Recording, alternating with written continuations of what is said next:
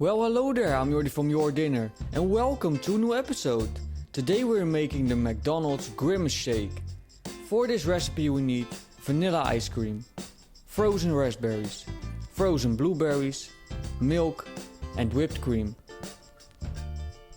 Grab a blender and throw in the raspberries, blueberries and the milk.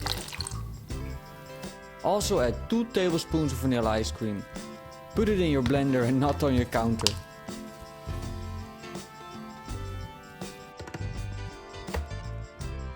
Let the blender do its job and make sure everything is well mixed.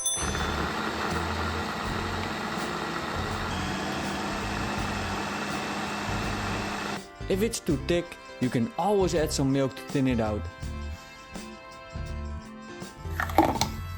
Throw it in a tall cup.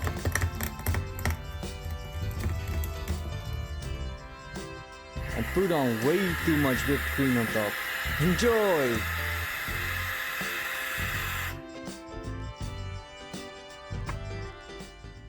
And that's it! The best thing is you don't have to go to McDonald's anymore to drink this shake. You can make it at home with all the ingredients I've showed you. But, of course, I want to thank you for watching. Enjoy baking and cooking.